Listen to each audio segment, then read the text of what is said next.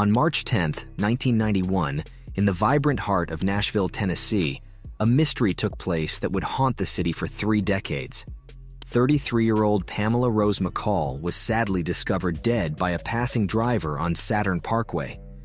Despite the hard work of the police and her loved ones, they still couldn't find the answers they were looking for.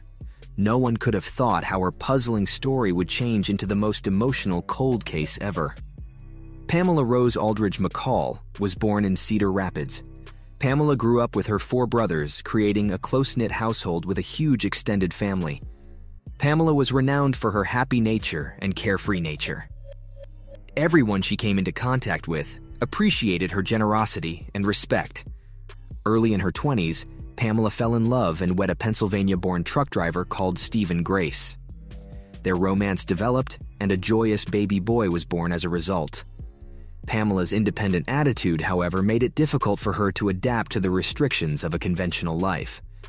The demands of raising a child and the extended absences caused by Stephen's occupation presented difficulties, and they faced the challenge of providing their son with the care he needed. Pamela McCall began a new chapter in her life by being independent when her marriage ended in divorce. On March 2, 1991, Pamela cheerfully spoke on the phone with her Tennessee-based mother, Marcia Lyle. They spoke and joked, while blissfully not realizing that it would be their last connection. On March 10, 1991, a passing driver who had seen what looked to be a sleeping woman called the Spring Hill Police Department urgently. Near Saturn Parkway, near Interstate 65, and the exit for Port Royal Road, about 40 miles south of Nashville, they discovered the lifeless, partially dressed body of an adult female. This finding marked the start of a complex and unsettling case that would confound detectives for years. The body of a Caucasian woman was discovered in the woods, causing law officers to rush to the scene.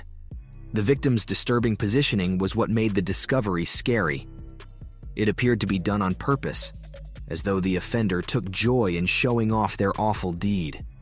Investigators searched the area but couldn't find any of the victim's items or identification. The victim's clothing appeared to have been torn, and it was a mess. Tragically, she had noticeable wounds on her face and neck, indicating a frightening and violent encounter.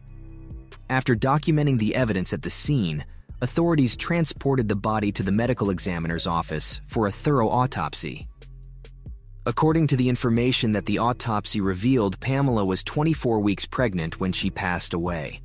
Based on the medical examiner's report, she was killed by being strangled and having her neck broken. Her clothing and belongings exhibited signs of violence, raising the possibility of an assault before her death. A DNA sample from bodily material discovered on her pantyhose may have belonged to the murderer. Unfortunately, technicians were unable to identify a match with the small sample due to the limitations of DNA technology. The DNA, clothing, and evidence were carefully maintained in a safe container because they were aware of the possibility of future developments. During the inquiry, the detectives put forth a lot of effort to locate potential suspects.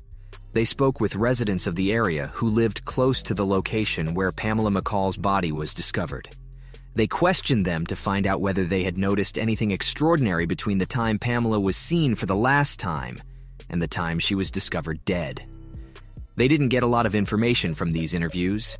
Pamela was traveling with a truck driver, and a few people remembered seeing her at a truck stop a few days before her body was found. The discovery of Pamela's body led to the conclusion that she had been murdered. When that happened, she got into a fight with the truck driver. Unfortunately, none of the witnesses were able to provide detailed accounts of either the truck or the driver. Because of this, it was difficult for the detectives to zero down on a single suspect.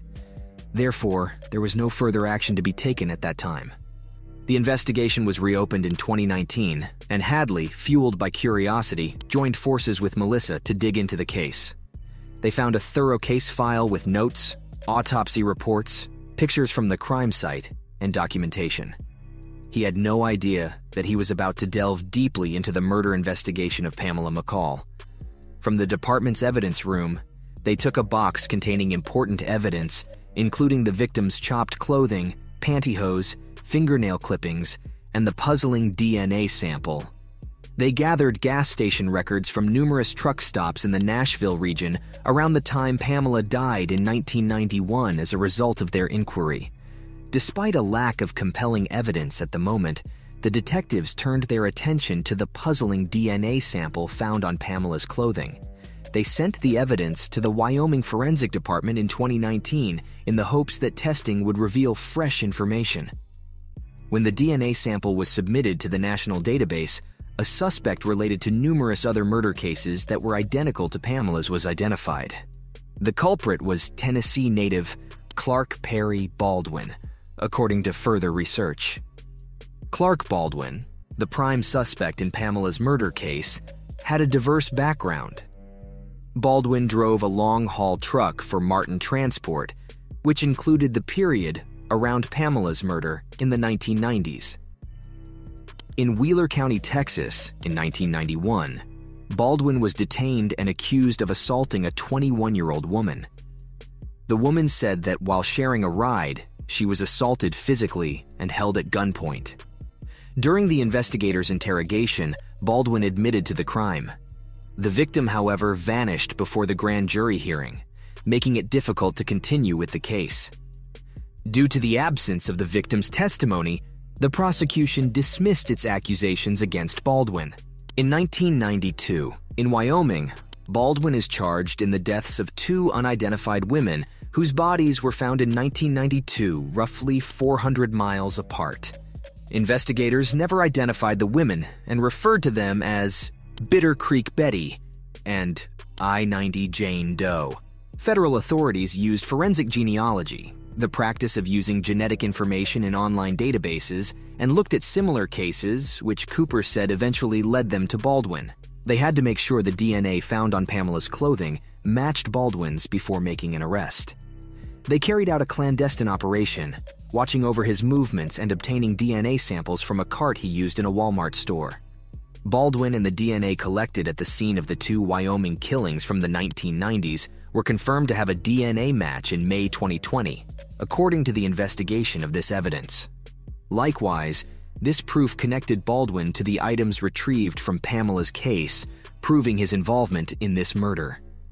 After a lengthy interrogation, Baldwin admitted to killing Pamela in 1991 following a disagreement that occurred while they were traveling together. Baldwin was then charged with killing Pamela Rose McCall and her unborn child. A $1 million bond was imposed. The investigation continues, and updates may follow as more details unfold. After decades of mystery, authorities detained Clark Baldwin in April 2020 and charged him with first-degree murder of Virginia native Pamela Rose Aldridge McCall, 33, and her unborn child. Relieved by the news, Pamela McCall's mother took comfort in the fact that justice had finally been carried out. Thanks for watching, and subscribe if you want to watch more videos like this.